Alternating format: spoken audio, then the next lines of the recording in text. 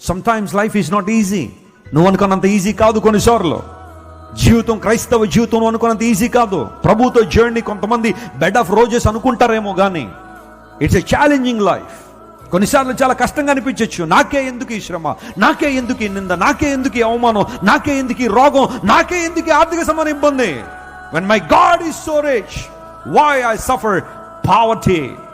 నా దేవుడు అంత భాగ్యవంతుడైనప్పుడు ఈ పేదరికం నాకెందుకు? నా దేవుడు స్వస్థపరచువాడైనప్పుడు ఈ రోగం నాకెందుకు? ఈ హాస్పిటల్ చుట్టూ తిరిగే ఈ పరిస్థితి నాకెందుకు? ఈ నిందలు ఎందుకు? ఈ అవమానాలు ఎందుకు? ఈ ఎడబాటు ఎందుకు? ఈ ఒంటరితనం ఎందుకు? కొన్నిసార్లు అనిపించచ్చు. At that time focus on God.